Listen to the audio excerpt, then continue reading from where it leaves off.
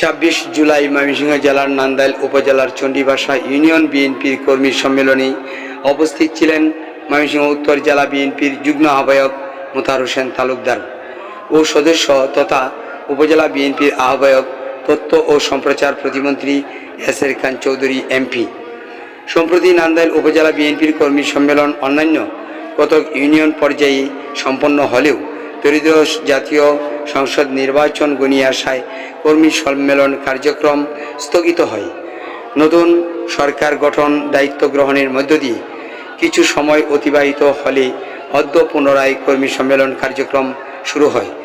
বিএনপির প্রতিষ্ঠা লগ্ন থেকেই দলটির দুর্দিনের কারণে হেতু বিভিন্নবার সময় অতিবাহিতের পর 1991 সালে রাষ্ট্রীয় নির্বাচনে জনগণের ভোটে বিজয়ী হওয়ার পর সম্মেলন কার্যক্রম শুরু হয়েছিল 1993 সালে।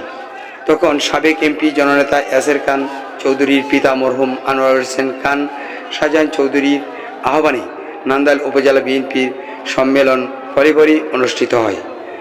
ফ্যাসিস্ট হাসিনার শাসনামলী দলটি পুনরায় চাপের মুখে পড়লে হাসিনা সরকারের পতনের মধ্য দিয়ে জনগণের বিজয় নিশ্চিত হওয়ার পর এবং এসের খান চৌধুরীর মধ্য দিয়ে পুনরায় নান্দাইলবাসী দলীয় কর্মী সম্মেলনে বিজয় প্রদর্শন করিতে পায়।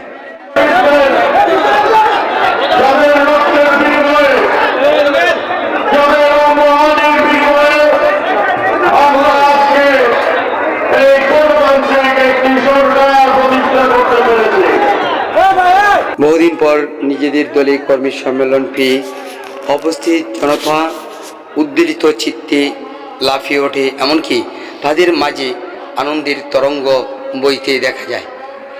বাংলাদেশ জাতীয়তাবাদী দল বিএনপি একটি ঐতিহাসিক এই গণস্বাক্ষর বলে জানিয়েছে অনেকেই। বাসাটি উচ্চ বিদ্যালয়ের মাঠ পূর্ণাঙ্গরূপে ফিল আপ হয়েও বাজার এলাকায় দেখা যাচ্ছে হাজারো হাজার লোক দাঁড়িয়ে আছে।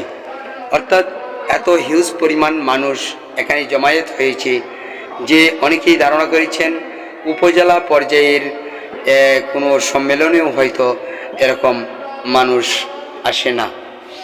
মোতাহার হোসেন তালুকদার সেখানে খার ভূয়সী প্রশংসা করেন।